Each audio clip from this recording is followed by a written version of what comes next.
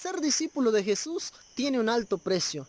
Jesús lo dijo en simples palabras. Si quieres venir en pos de mí, niégate a ti mismo, toma tu cruz y sígueme. Porque aquel que quiera hallar su vida la va a perder, mas el que la pierde por causa de mí, la va a hallar. Y vemos un ejemplo de adoración, por ejemplo, en la vida de Abraham, que es un ejemplo de fe.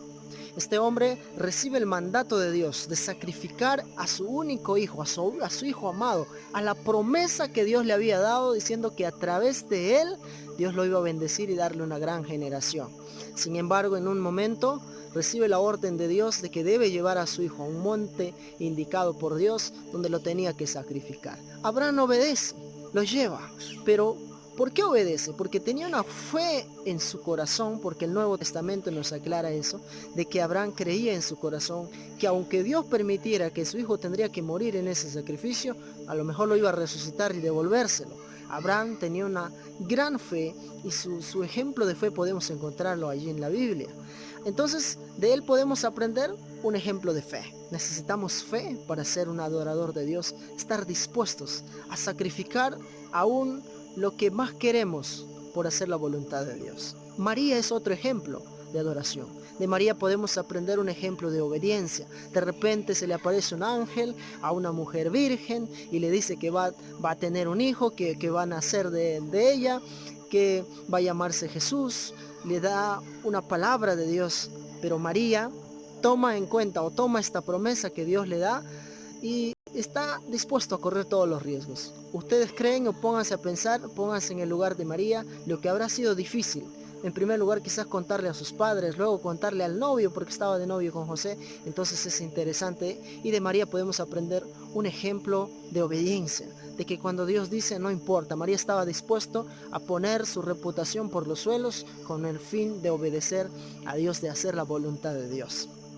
Otro ejemplo podemos encontrar de abnegación, por ejemplo, en el caso de Pablo. Y lo vamos a hallar esta historia relatada en el libro de los Hechos, en el capítulo 16, versículo 16, cuando Pablo reprende al espíritu de adivinación de una mujer y el negocio de estos hombres se les va por abajo en quiebra. Entonces son acusados y luego más adelante son llevados a un lugar donde son maltratados y para rematar son metidos a un lugar llamado el calabozo de más adentro, donde han sido, después de haber sido maltratados, tenían que estar allí. Sin embargo, dice la Biblia, lo relata, que a la medianoche estos dos discípulos, a pesar de todo, a pesar del maltrato que habían recibido, no porque hayan hecho cosas malas, sino por hacer la voluntad de Dios, estaban allí castigados en el cepo. ¿Y qué hacen? A la medianoche de su quebranto ellos alaban. Dice la Biblia que ellos cantan himnos y oraban, y es más, el resto lo escuchaba. Mis hermanos y amigos, este tiempo es el tiempo cuando nosotros debemos de ser adoradores en espíritu y en verdad. Es en este tiempo cuando debemos demostrarle al mundo la firmeza, la fe que uno tiene.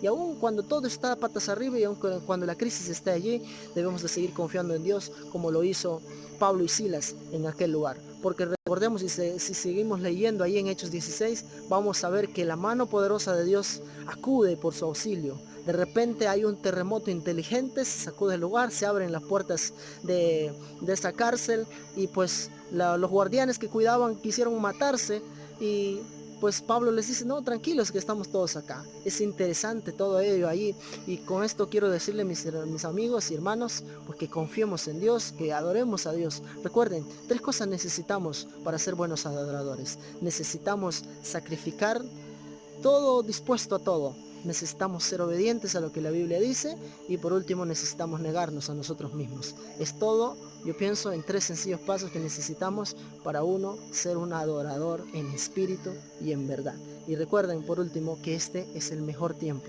para nosotros adorar, para exaltar el nombre de Jesús. Que Dios les bendiga.